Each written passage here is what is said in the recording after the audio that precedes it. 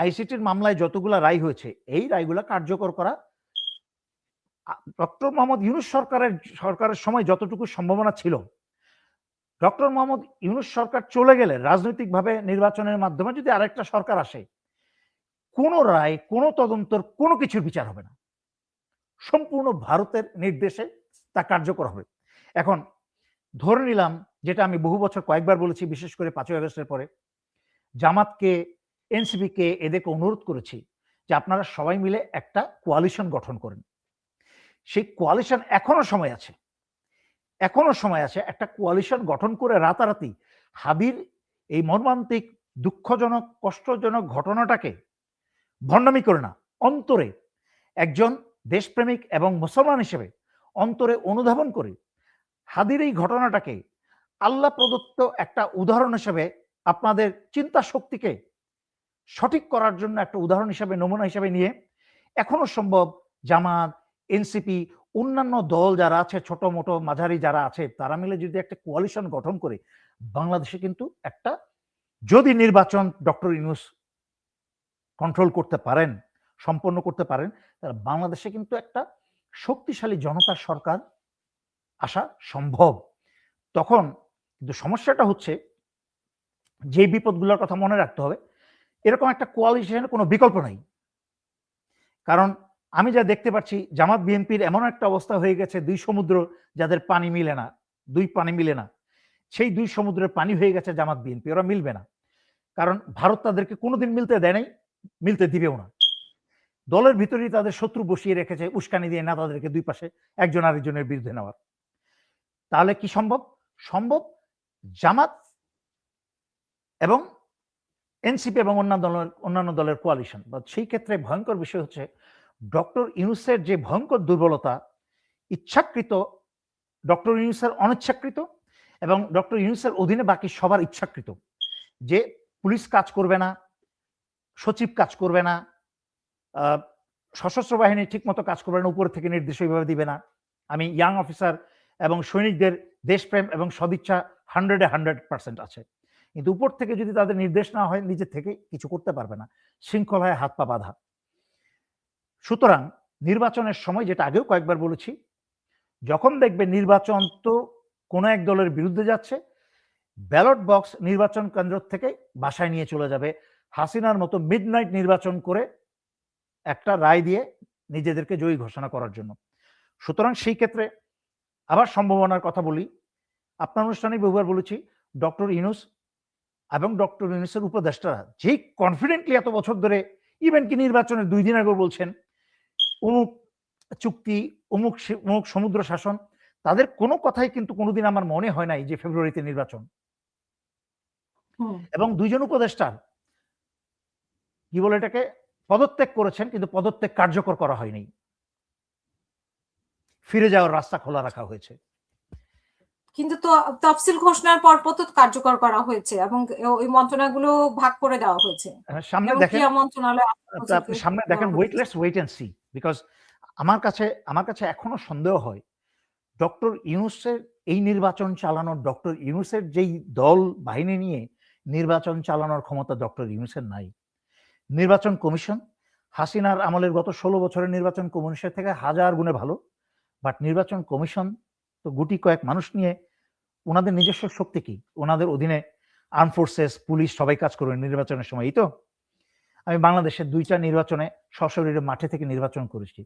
1991 সালে নির্বাচন করেছি, 1996 সালে নির্বাচন করেছি। আমরা তখন অন্যরকম সেনাবাহিনী ছিল। আমি আগেও কয়েকবার উল্লেখ করেছি, আমাদেরকে সেনাবাহিনীর আদেশ আছে কি নাই, কি বলে, পোলিং সেন্টারে প্রবেশ করার, উই ডিড নট কেয়ার, পাত্তাই দেয়নি। সকালবেলা দেখেছি, তখন বিএনপি তার 3 মাস আগে একটা ভুয়া নির্বাচন দিয়েছিল, তারপর আবার একটা নির্বাচন হলো। সারা বেলা দেখলাম দুপুর পর্যন্ত নির্বাচন কেন্দ্রের সামনে কোনো মানুষ নাই। ভিতরে চেক করতে গিয়ে, ঢুকে গিয়ে দেখি সমানে ধানের শীষের উপরে সিল মারা হচ্ছে, প্রিজাইডিং অফিসার সুদ্ধা। ওই প্রিজাইডিং অফিসারকে কানের লতির নিচে একটা চর মেরে ফেলে দিয়েছি চেয়ার থেকে, যে আপনারা বিভিন্ন কলেজের, বিশ্ববিদ্যালয়ের শিক্ষক, আপনারা কি ধরনের ছাত্র তৈরি করছেন বাংলাদেশের ভবিষ্যতের জন্য? ওই ছাত্রগুলাই কিন্তু বড় হয়ে আজকালকার নেতারা এখন। তো একইভাবে আমাদের অন্যান্য কি বলে নির্বাচনী কেন্দ্রে কিন্তু সশস্ত্র বাহিনী আমার ইউনিটের অন্য অফিসার ঢুকেও কিন্তু এইভাবে থাপ্পড় মেরেছে।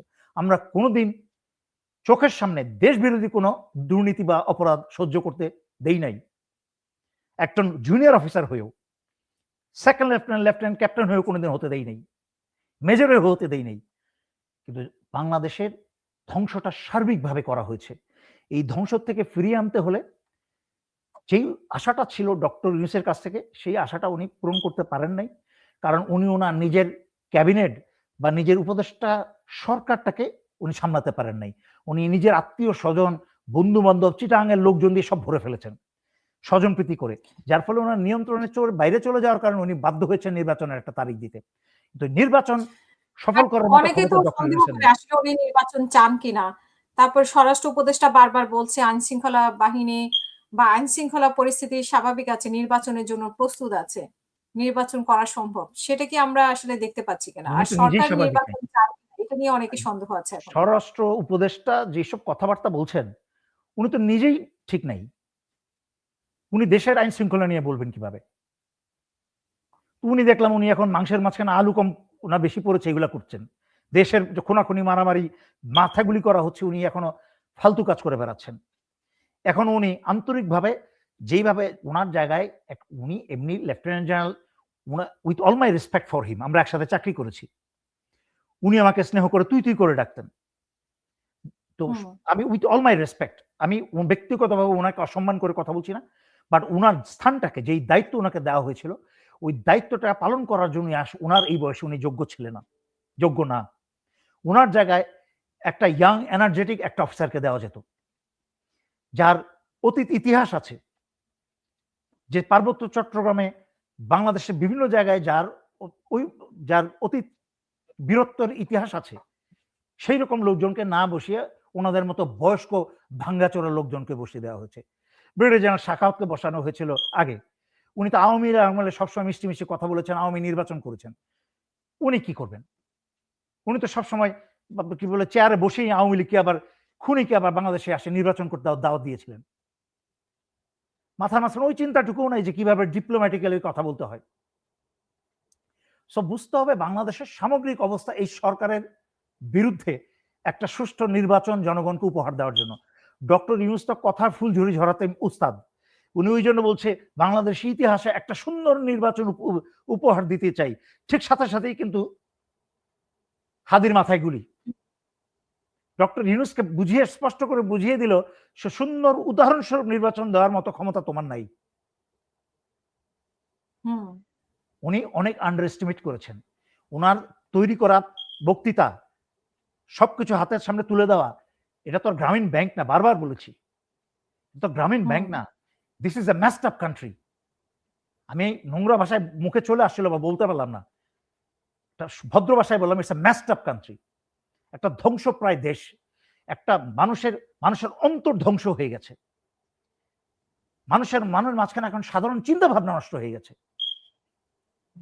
এখনো দেখেন নির্বাচন যদি হয়, বিএনপি বলেন বা বিশেষ করে বিএনপি থেকে পূর্ব পরিচিত, সমগ্র জাতির সামনে পরিচিত বদমাস, চোর, এত দূরে যাব কেন? এই যে মির্জা আব্বাস, সে তো পুরো আওয়ামী শাসনামলে আওয়ামী লীগের সাথে বসে ব্যাংকের ব্যবসা করেছে, ব্যাংক চালিয়েছে, এলাকার খুনি, তার ওনার বিরুদ্ধে অনেক অভিযোগ উন্মুক্ত, তাই না? তারপরেও কিছু মানুষ ভোট দিতে যাবে না, যাবে। যেই মানুষের চরিত্র যত খারাপ, সেই মানুষ একটা চরিত্রহীন নেতাকে ভোট দিতে যাবে। আর যেই এলাকায় একটা চরিত্রহীন নেতা নির্বাচিত হবে, সেই এলাকার বেশিরভাগ মানুষ চরিত্রহীন, এটা মনে রাখবেন, এটা জনতাকে মনে রাখতে হবে।